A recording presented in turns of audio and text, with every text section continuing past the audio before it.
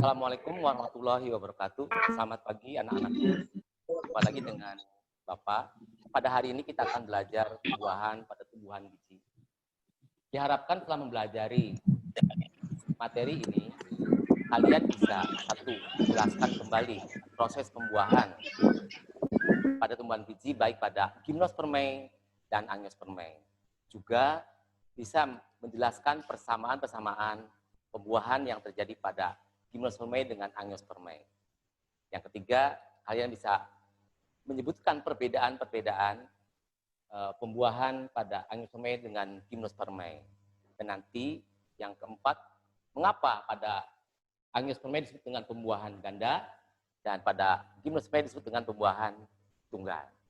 Baik, kita lihat pada gambar bagian depan. Sebelumnya kita akan jelaskan bahwa pada pembuahan berarti sama dengan termasuk pada kelompok perkembangbiakan secara kawin atau yang disebut dengan seksual atau generatif. Kalian masih ingat pembelajaran sebelumnya bahwa perkembangbiakan ada secara generatif dan secara vegetatif, atau secara kawin disebut dengan seksual atau generatif, dan secara tak kawin atau tidak disebut dengan secara aseksual ataupun vegetatif.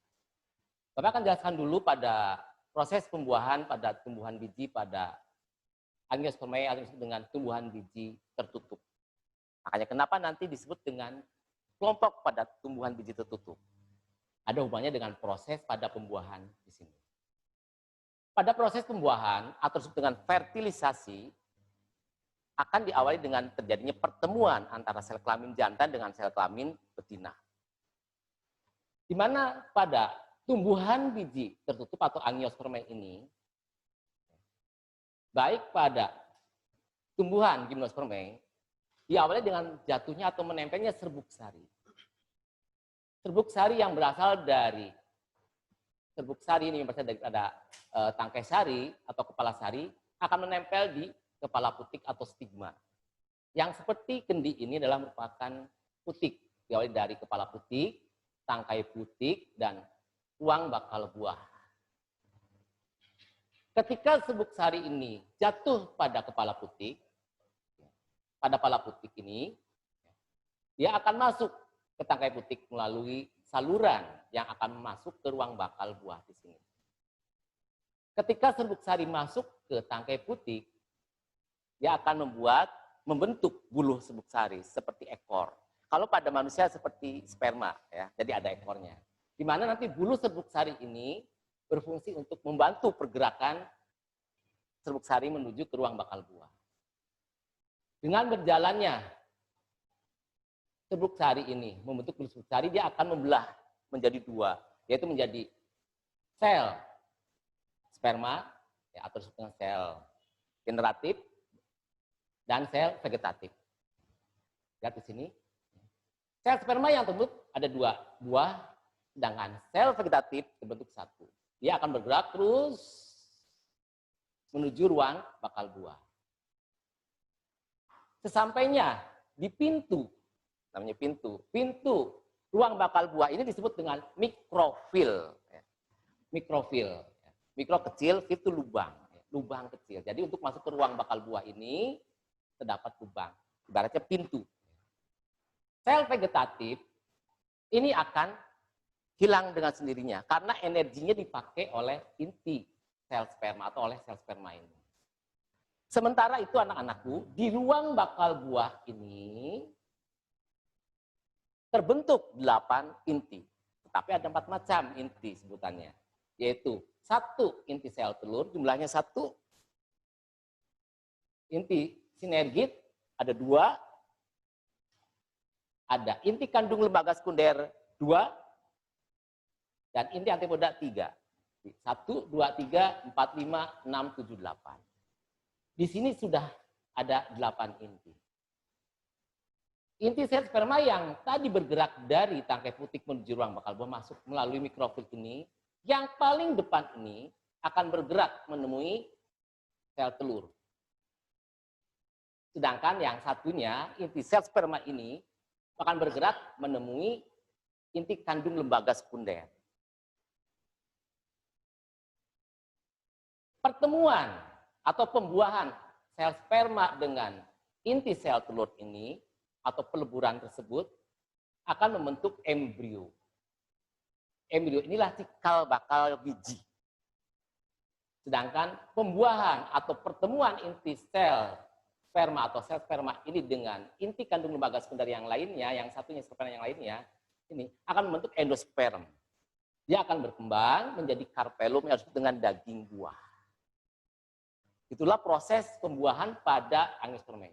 Jadi di sini terjadi 2 kali pembuahan, yaitu satu sel sperma membuahi inti sel telur, satu sel sperma yang lainnya membuahi inti kandung lembaga sekunder. Yang membuahi inti sel telur akan membentuk embrio, nanti bakal menjadi biji, jadi calon makhluk hidup baru, sedangkan pembuahan atau peleburan antara sel sperma dengan inti kandung lembaga sekunder akan membentuk endosperm atau karpelum disebut dengan daging buah. Perlu ingat terjadi 2 kali pembuahan. Hal itulah yang disebut dengan bahwa angiospermae disebut dengan pembuahan ganda. Kalau kita lihat contoh sini Bapak, contoh bahwa satu buah ini mangga. Mangga ini merupakan hasil pembuahan dari pada pohon mangga tadi itu. Di dalam mangga ini terdapat biji. Nah, biji ini tadi yang merupakan perkembangan dari embrio. Kalau orang Cirebon bilangnya pelok. Pelok. Nah, pelok tersebut, biji itu ditutup oleh daging buah. Daging buah akan diselimut oleh kulit ini, yang paling luar. Daging buah yang biasanya notabene oleh kalian dimakan. Itu dengan karpelum itu. Ketika sudah jadi buah seperti ini, dia akan membusuk ketika akan berkembang, maka daging buah tadi merupakan cadangan makanan bagi biji tersebut. Bisa dipahami anak-anak? Ya. Oke, itu yang disebut dengan pembuahan ganda pada angiospermae. Sekali lagi, ya, dari mulai dari serbuk sari, menempel di stigma atau kepala putik, masuk ke tangkai putik, akan membentuk bulu serbuk sari. Bulu serbuk sari berfungsi untuk membantu pergerakan menuju ruang bakal buah. Dia akan bergerak terus dan akan membelah menjadi sel sperma dengan sel vegetatif. Sel sperma yang tersebut menjadi 2 sel sperma. Dia akan bergerak menuju ke ruang bakal buah melalui mikrofil. Sel vegetatif tidak akan masuk ke dalam ruang bakal buah. Dia akan hancur dengan sendirinya atau hilang dengan sendirinya karena dipakai energinya untuk proses perkembangan sel sperma ini sebagai makanan. Satu sel sperma yang paling depan akan membuahi satu sel telur, satu sel sperma yang lain akan membuahi inti kandung lembaga sekunder. Pertemuan sel sperma dengan sel telur akan membentuk embrio, akan membentuk biji. Sedangkan satu sel sperma yang lain yang melebur dengan inti kandung lembaga sekunder akan membentuk endosperm atau disebut dengan karpelum atau disebut dengan daging buah. Seperti itu. Baik, kita lanjutkan ke yang kedua, yaitu pembuahan pada tumbuhan biji gimnospermae. Sebelumnya, Bapak ingatkan lagi bahwa pada tumbuhan biji atau angiospermae ini dan gimnospermae ini sering disebut dengan spermatofita. Ya, spermatofita dari kata spermato dan vita. Spermato dari kata spermatos, biji, vita adalah tumbuhan. Dikatakan tumbuhan yang memiliki biji atau menghasilkan biji.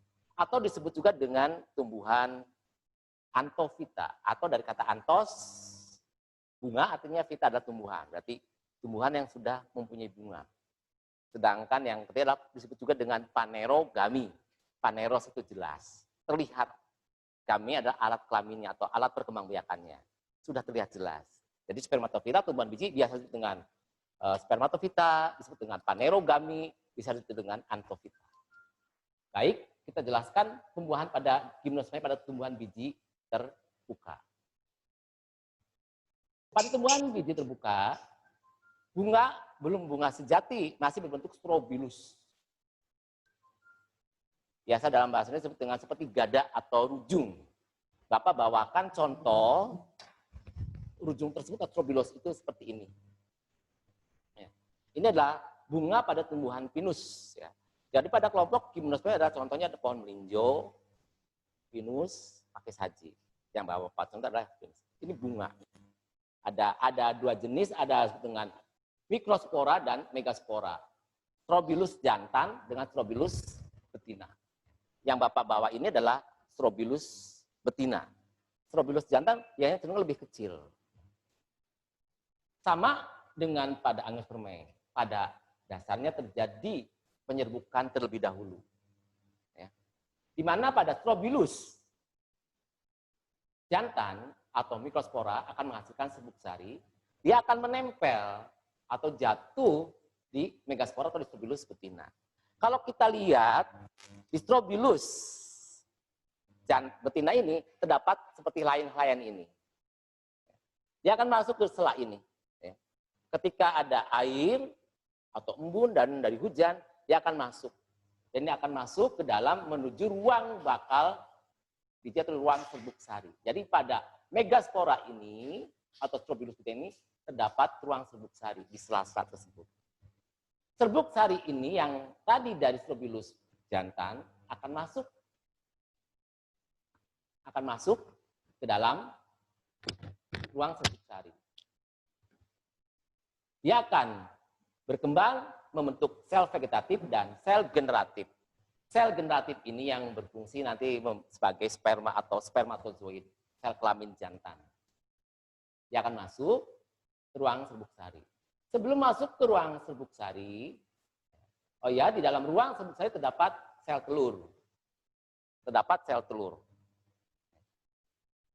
Sama, serbuk sari yang masuk akan membentuk buluh serbuk sari. Jadi buluh serbuk sari ini berfungsi sebagai alat pergerakan, membantu pergerakan untuk masuk ke dalam ruang bakal atau ruang serbuk sari. Setelah dia membentuk serbuk sari, dia akan bergerak menuju ke ruang serbuk sari. Melalui lubang kecil yang disebut dengan mikrofil juga. Sel vegetatif akan hilang dengan sendirinya. Sedangkan sel spermatozoid akan terbentuk dan dia akan masuk ke ruang bakal serbuk sari atau ruang bakal buah ini. Dia akan menemui sel telur. Ya, dan terjadi pembuahan. Terjadi zigot dan akan bentuk embrio.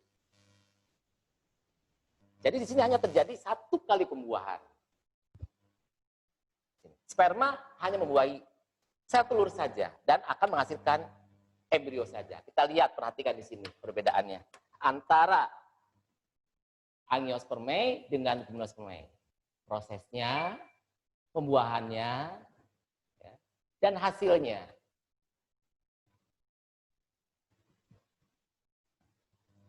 Itu. Pada proses pembuahan Gymnospermae pada tumbuhan biji terbuka. Nah, dari penjelasan ini, kalian bisa menyimpulkan mengapa pada Angiospermae disebut dengan tumbuhan biji tertutup, mengapa disebut dengan pembuahan ganda, sedangkan pada Gymnospermae, kenapa Gymnospermae disebut dengan tumbuhan biji terbuka, dan kenapa disebut dengan pembuahan tunggal. Seperti di awal tadi bahwa setelah mempelajari materi ini, kalian diharapkan itu tadi bisa menjelaskan kembali proses pembuahan ganda pada Angiospermae. Yang kedua, menjelaskan kembali proses pembuahan tunggal pada Gymnospermae dan bisa menjelaskan mengapa disebut dengan Angiospermae disebut dengan tumbuhan biji tertutup dan Gymnospermae kenapa disebut dengan tumbuhan biji terbuka. Dan juga bisa menyebutkan persamaan-persamaan pembuahan pada Angiospermae dengan Gymnospermae yang terakhir menyebutkan perbedaan antara pembuahan Angiospermae dengan Gymnospermae. Bapak kira cukup materi hari ini, kalian bisa menyimak tadi hasilnya ya, dan bisa memperhatikan dan bisa membahas atau menjawab pertanyaan-pertanyaan yang Bapak tugaskan pada kalian. Terima kasih atas perhatiannya. Mudah-mudahan materi pada hari ini yang Bapak sampaikan bermanfaat bagi kalian semua dan barokah. Wassalamualaikum warahmatullahi wabarakatuh.